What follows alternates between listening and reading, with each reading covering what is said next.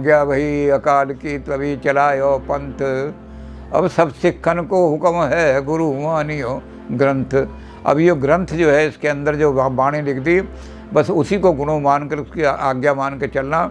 और जब उसकी आज्ञा मानकर चलोगे तो फिर से मुर्दनी नहीं आएगी तुम्हारे अंदर।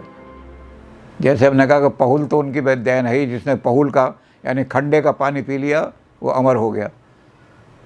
और दूसरी देन उनकी एक, उन्होंने हर एक के नाम के आगे सिंह। कोई सरदार ऐसा नहीं होगा, कोई सिख ऐसा नहीं होगा जो अपने नाम के आगे सिंह ना रखता हो।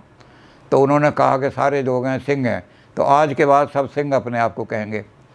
दूसरा काम उन्होंने क्या किया, उन्होंने कहा कि 5 चिन्ह धारण करेंगे आज के बाद, और ये 5 चिन्ह सिक्खे का निशान होंगे। आज जो सिक्खी है वो गुरु गोविंद सिंह जी की देन है। उन्होंने कहा कौन सा सिख होगा, सबसे पहले केश।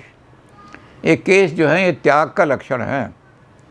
सन्यासी लोग, साधु लोग केश रखते थे। तो सिख वो है जिसको इस शरीर का कोई मोह नहीं, धर्म का मोह है।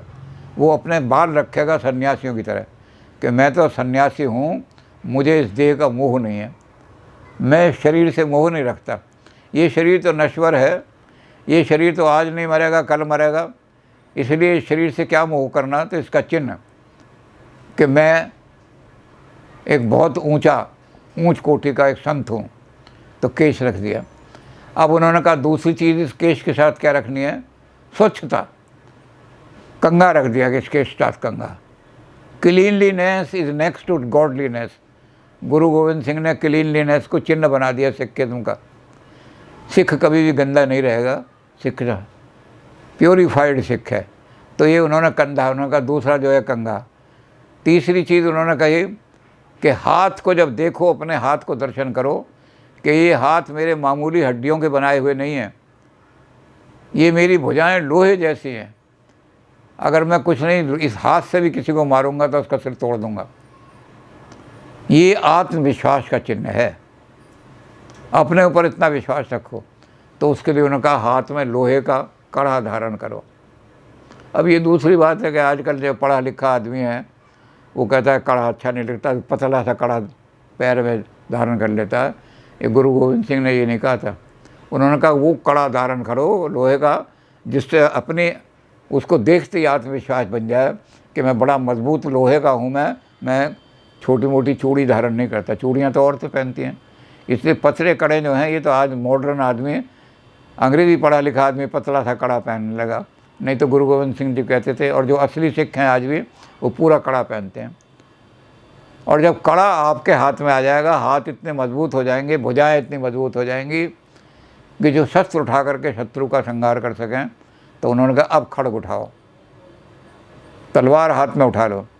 और जो पहली बात उन्होंने कही थी जब गुरु तेग बहादुर जी का बलिदान हुआ था कि जब अनाचार, अत्याचार, दुराचार हद से गुजर जाए तो शस्त्र उठाने में कोई हानि नहीं है, तलवार उठा लेनी चाहिए। तो उन्होंने कहा तलवार उठाने के लिए भुजाओं में बल चाहिए। कड़े को देखोगे तो आपकी भुजाओं में बल आएगा, उसके बाद शस्त्र उठा लो। और इसके लिए शारीरिक बल भी तो चाहिए, अध्यात्म बल चाहिए। तो उन्होंने 5वीं चीज़ कर दी कच्छा, ब्रह्मचर्य का लक्षण है। अपनी ऊर्जा को सुरक्षित रखो शरीर की। तो 5 चिन्ह सिखों को दे दिए। ये 5 चिन्ह आज भी सारे सिख जो हैं धारण करते हैं। इसको हमने देखा कि गुरु गोविंद सिंह ने, ऐसे लोग जो गुरु नानक देव जी के ज़माने में प्रेम का संदेश लेकर के चले थे, वो बलिदानों को सहते सहते, जुल्म को सहते सहते 5वें गुरु को बलिदान किया तो आलू की तरह उनके शरीर को उबाल दिया। 6ठे गुरु को जाकर के ग्वालियर में कैद में डाल दिया। तो जुल्म सहते सहते उन्होंने कहा कि अब जुल्म सहेंगे नहीं हम, अब जो जालिम है उसका सिर काटेंगे। तो सिख जो थे उनको कन्वर्ट कर दिया उन्होंने मार्शल रेस में। अत्याचार का नाश करने वाला, अन्याय का नाश करने वाला एक संगठन खड़ा कर दिया। और उस संगठन में क्या किया कि ये मैंने कुछ नहीं किया है, अहंकार नहीं आना चाहिए। हौमे का नाश प्रथम गुरु ने बताया था। पहले आदि ग्रंथ में सबसे बड़ी चीज़ ये कि जो हौमे का नाश कर देता है वही ब्रह्मज्ञानी हो सकता है। अहंकार को त्यागना, तो दसम गुरु ने उसी काम को किया। उन्होंने कहा कि ये खालसा मेरी फ़ौज नहीं है, मैंने किसी से लड़ाई लड़ने के लिए फ़ौज नहीं बनाई, मैंने तो अत्याचारियों को मारने के लिए फ़ौज बनाई है, इसलिए ये धर्म की फ़ौज है। तो इसलिए धर्म की फ़ौज को उन्होंने क्या किया, आज्ञा वही अकाल की तभी चलायो पंथ। ये मैंने